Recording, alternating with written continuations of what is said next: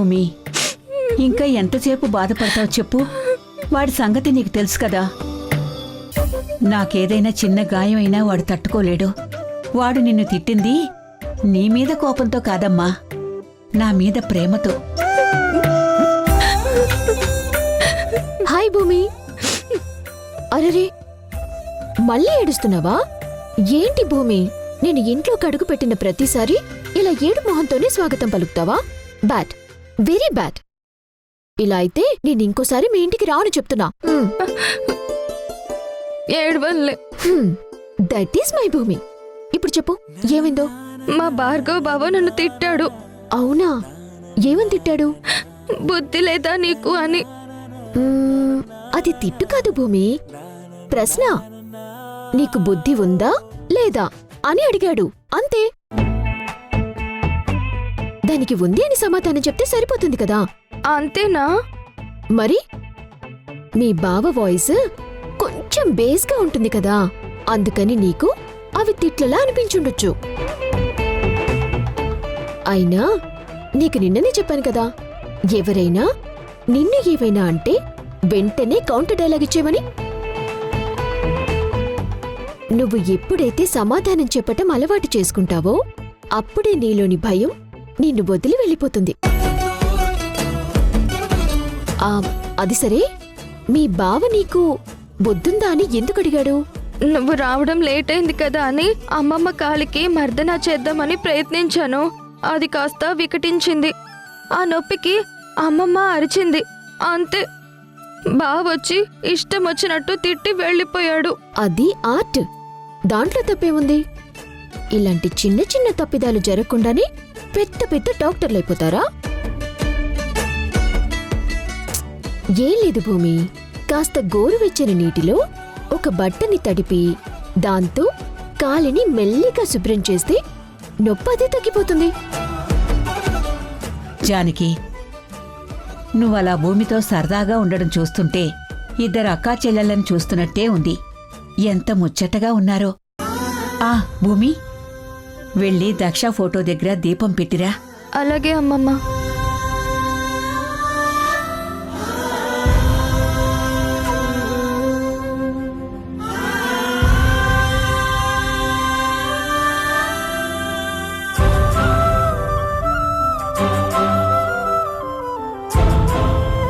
అమ్మ జానకి, నిన్నొక విషయం అడగనా? అయ్యో భలేవారే, మన దగ్గర ముసుగులో గుద్దులాటుండదు. ఏదైనా సరే నిర్మోహమాటంగా అడిగేయండి, చెప్తాను. మా భూమి ఒట్టి అమాయకురాలు. పేరుకు దాక్షాయని కూతురనే మాటేగాని దానిలో ఒక్క లక్షణం కూడా వాళ్ళమ్మది రాలేదు. ధైర్యంగా ఉండాలమ్మా. ధైర్యంతోనే ఏ సమస్యనైనా ఎదిరించగలమని ఎన్నోసార్లు చెప్పి చూశాను. దానిలో ఏ మార్పు రాలేదు. మా దక్ష కథలు విని పెరిగిన నువ్వే ఇంత ధైర్యంగా తయారయ్యావు. కాని తన కడుపున పుట్టిన మా భూమి మాత్రం అలాగే ఉండిపోయింది. కాని ఏం చేయాలో అర్థం కావడం లేదమ్మా. మీరేం కంగారు పడకండి, అన్నింటికీ కాలమే సమాధానం చెప్తుంది. కాని నాకంత సమయం లేదమ్మా. భూమిని భార్గవ్కిచ్చి పెళ్లి చెయ్యాలి. తనని ఇంటి కోడల్ని చెయ్యాలని అందరం నిర్ణయించుకున్నాం. కాని రేపు ధర్మపీఠం మీద కూర్చోబోయే భార్గవ్ సతీమణి ఇలా సగం సగం ధైర్యంతో ఉంటే ఏం బావుంటుంది చెప్పు? అందుకని ఒక అక్కలాగా తన బాధ్యత కూడా నువ్వే తీసుకోవాలి. తనని నీలాంటి ఒక ధైర్యవంతురాలిలా తీర్చిదిద్దాలి. అలా చేస్తానని నాకు మాటివ్వమ్మా.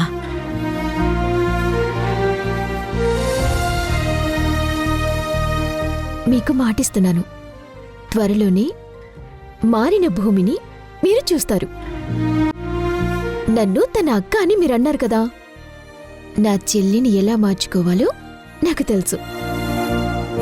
నన్ను నమ్మండి. అమ్మయ్యా, ఇప్పుడు నాకు కాస్త ఊరటగా ఉందమ్మా.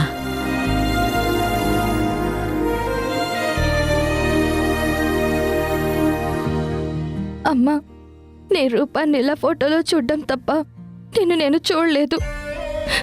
ధైర్యానికి ఒక రూపం ఉంటే అది నీలా ఉంటుందని అందరూ అంటున్నారు. కానీ నీ కూతుర్నైన నేను భయానికి ప్రతిబింబంలా మారాను.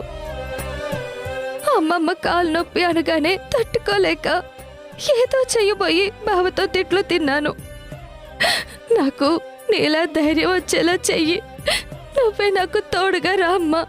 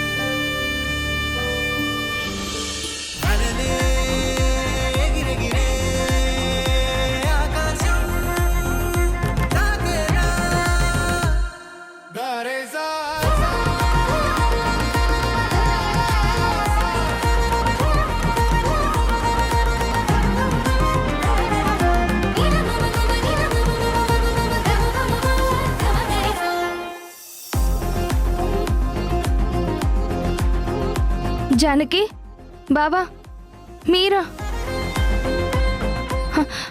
ఒక్క క్షణం దీపం కొండెక్కిపోతుందేమో అని భయపడిపోయాను. సమయానికి మీరొచ్చి కాపాడారు. రంగయ్య, అమ్మా ఆ విండోస్ క్లోజ్ చేయి. అలాగే అమ్మా. రంగయ్య, రైటు. నీ పన్ను ఒళ్ళు దగ్గర పెట్టుకుని చేసుంటే ఇలా బయట వాళ్ళు వచ్చి బిల్డప్ ఇవ్వరు కదా.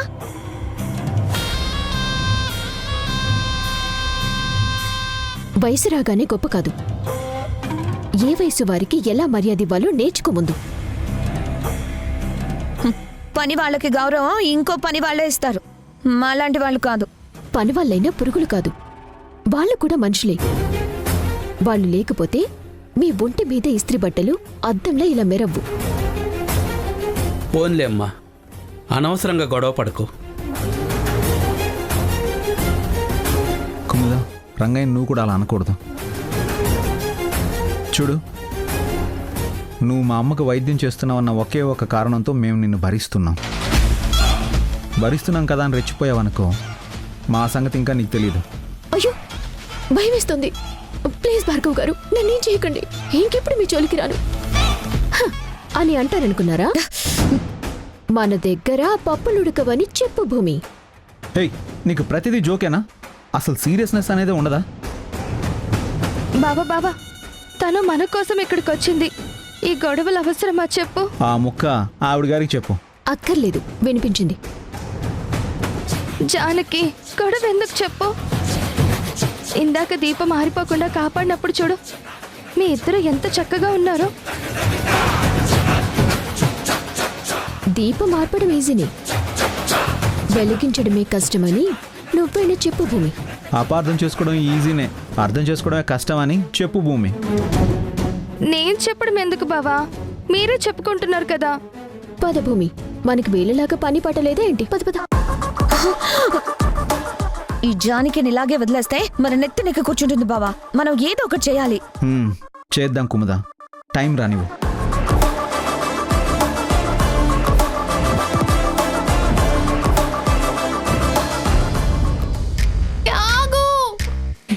ఇదేం కర్మనా భగవంతుడా, అమ్మాయిని పడిస్తే ఎవరవుదాం అనుకుంటే పిచ్చిదని చేతులు ఇరుక్కుపోయాను. ఒక్కసారి ఏంటి కొరికించుకోవాలా? ఇదేమన్నా కోపా పని అనుకున్నావా? నన్ను వదిలే తల్లి.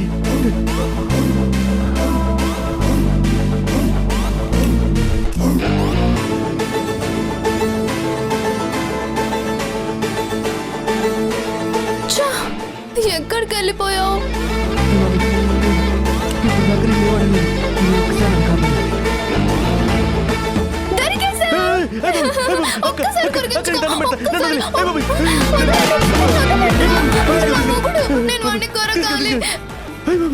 జస్ట్ లో మిస్ అయిపోయాను. ఎవరి అమ్మాయి? ఈ అమ్మాయికి పిచ్చి సార్. ప్రతిసారి మెంటల్ హాస్పిటల్ నుంచి తప్పించుకొని ఇలా కనిపించిన మగాళ్ళందరినీ కొరికేస్తానని వెంటపడుతుంది. అమ్మో, ఇంత బతుకు బతికి చివరికొచ్చి దీని చేతులు చచ్చావన్నా. టైంకి వచ్చి కాపాడారు. థ్యాంక్స్. తీసుకెళ్ళిపోండి. నన్ను వదలండిరా, వాడు నా మొగుడు. మొదటి రాత్రి ముద్దు పెట్టమంటే నన్ను కొరికి పారిపోయాడు. వాడిని కొరకాలి. ఓహో, నన్ను వదలండిరా, వాడు నా మొగుడు. అమ్మో, మొగుడా? ఫస్ట్ నైటా? అయ్యో, మీరు కదలకండి, కూర్చోండి.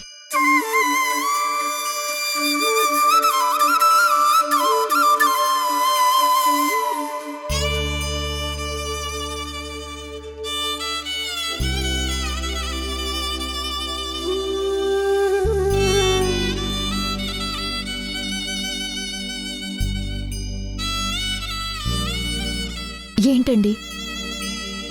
జానకి, నువ్వొక విషయంలో తప్పు చేస్తున్నావు. ఏ విషయం అండి? మాటకి ముందు ఒక అండి, మాటకి తర్వాత ఒక అండి అంటున్నావు. నువ్వు నన్ను అండి అని అండం మానే. ఎంచక్కా భూమి పిలిచినట్టే అమ్మమ్మ అని పిలు. వినడానికి ఎంతో హాయిగా ఉంటుంది తెలుసా? అలాగేనండి. అదిగో మళ్ళీ అండి అంటున్నావు. సరే అమ్మమ్మ. అది అలా అన్నావు, బావుంది. ఒక్కసారి భూమి మొహం చూడు. 1000 వెన్నెలలు ఒకే చోట ఉన్నంతగా వెలిగిపోతుంది. అవునమ్మమ్మ, కారణమేంటో?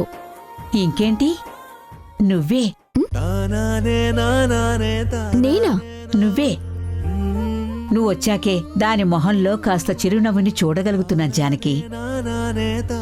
ఎంతకాలం ఎప్పుడూ ఏదో పోగొట్టుకున్న దానిలాగా మౌనంగా ఉండేది. ఇప్పుడిప్పుడే కాస్త మారుతుంది. అదంతా నీ చలవేనమ్మా.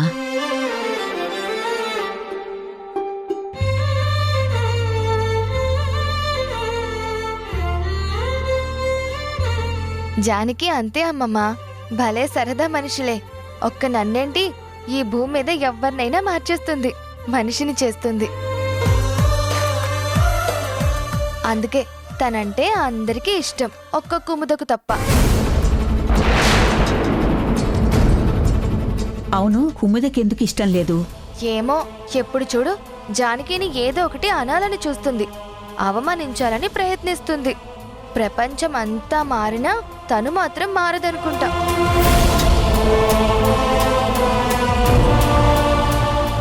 ఏమ్మా, తను నిన్ను బాగా ఇబ్బంది పెడుతుందా? అలాంటిదేం లేదమ్మమ్మా. తను చిన్నప్పటి నుంచి డబ్బులో పెరిగింది కదా. కింది స్థాయి మనుషులంటే కాస్త చిన్న చూపు అంతే.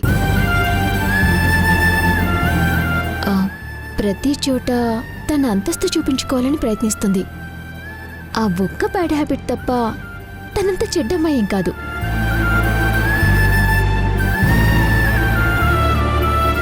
ఒక మనిషి మారాలి అంటే అందుకు తగ్గ సందర్భం రావాలి.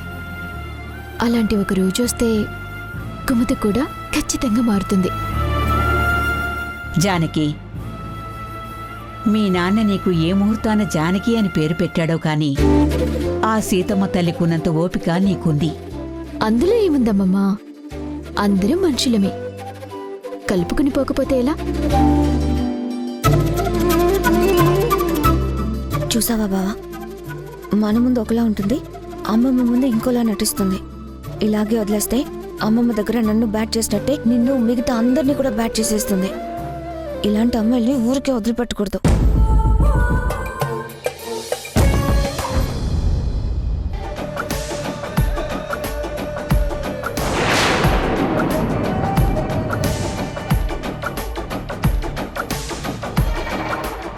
ఏమైందండి? జయసింహ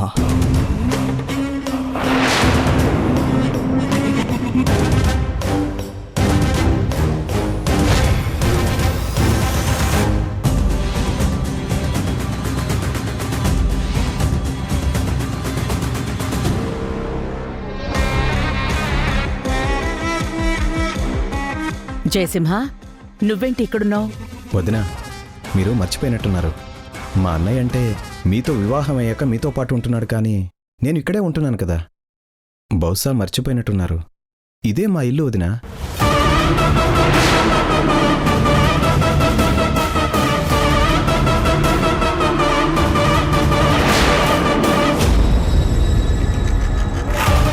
వదిన మీ ఇంటిని చూసి చాలా ఏళ్ళయింది కదా, అందుకే గుర్తుపట్టుండదు. ముందు కార్ డోర్ తీయండి. అదేంటి వదిన, ఇంటిదాకా వచ్చి ఇంట్లోకి రాకుండా వెళ్తానంటారేంటి? పైగా ఇదేమైనా పరాయి ఇల్లా? మనిల్లే కదా. మనిల్లు కాదు, ఇది కేవలం నీ ఇల్లు. నీ ఇల్లు మాత్రమే.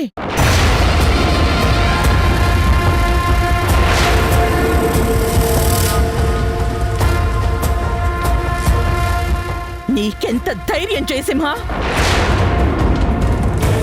నాకు ఈ ఇల్లన్నా ఈ ఇంట్లో మనుషులన్నా అసహ్యం అని తెలిసి కూడా నన్ను ఇంట్లోకి రమ్మని ఆహ్వానిస్తున్నావా? అలా అంటావేంటి వదిన? ఈ ఇంటి మనుషులే అసహ్యం అంటే ఈ ఇంటి వారసుడైనా మా అన్నయ్యను పెళ్లి చేసుకోలేదా? అతనితో ఇన్నేళ్లుగా కలిసి ఉండట్లేదా? జయసింహ!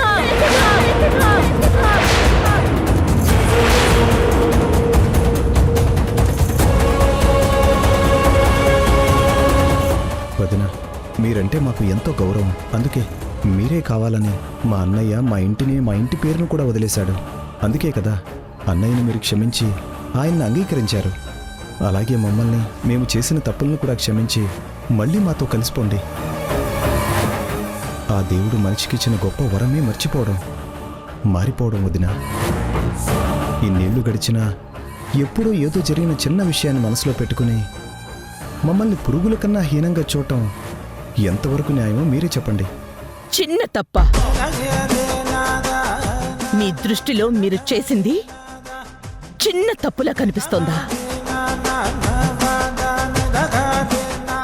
కత్తి దిగిన వాడికి బాధ తెలుస్తుంది గాని కత్తి దూసిన వాళ్ళకేం తెలుస్తుంది? అంత సులువుగా ఎలా మర్చిపోతాననుకున్నారు? అంత సులువుగా ఎలా క్షమిస్తాను అనుకున్నారు? నువ్వు చెప్పింది నిజమే రుద్ర, మేం తప్పు చేశాం. అందుకే ఇన్నేళ్లుగా శిక్ష అనుభవిస్తూనే ఉన్నాం కదా. ఇది ఇంకెంతకాలం ఉండాలి? ఎక్కడో ఒక చోట దీనికి ముగింపు అనేది పలకాలి కదా. ఎప్పటికైనా మనం కలిసిపోవాలి కదా. పశ్చాత్తాపానికి మించిన ప్రాయశ్చిత్తం లేదు. ఓ, అయితే మీ అన్నదమ్ములిద్దరూ కలిసి ఈ ఏర్పాటు చేశారన్నమాట. వదిన, రుద్ర, రుద్ర నా మాట విను. రుద్ర,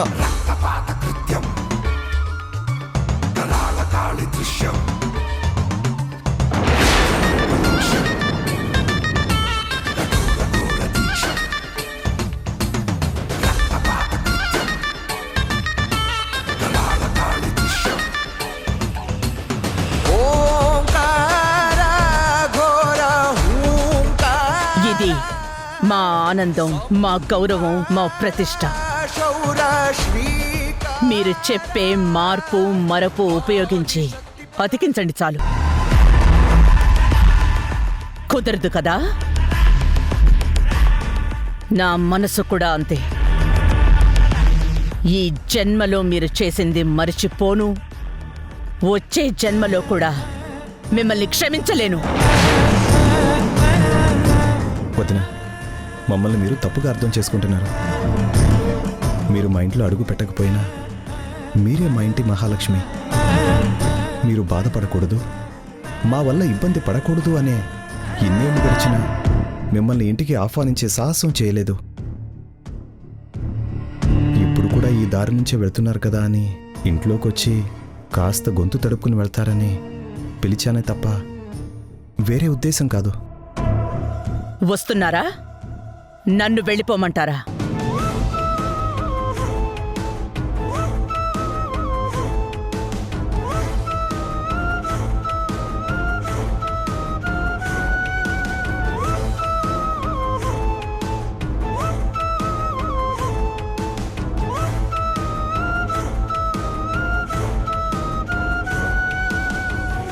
ఈ రోజు నువ్వు మా ఇంట్లోకి రాకపోవచ్చు వదినా, కానీ త్వరలోనే మా కాళ్ళ దగ్గరకు వస్తావు, రప్పిస్తాం, అప్పుడేం చేస్తావు?